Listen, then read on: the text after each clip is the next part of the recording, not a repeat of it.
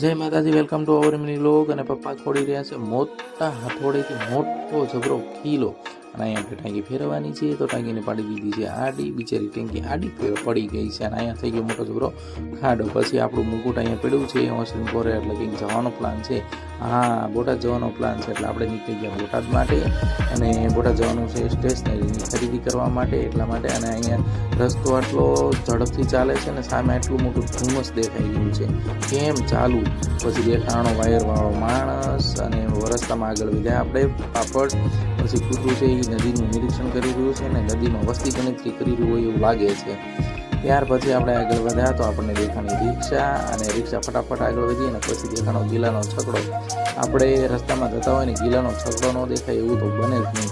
તો છકડો આ જોતાં જોતાં આપણે પહોંચી ગયા બોટાદ.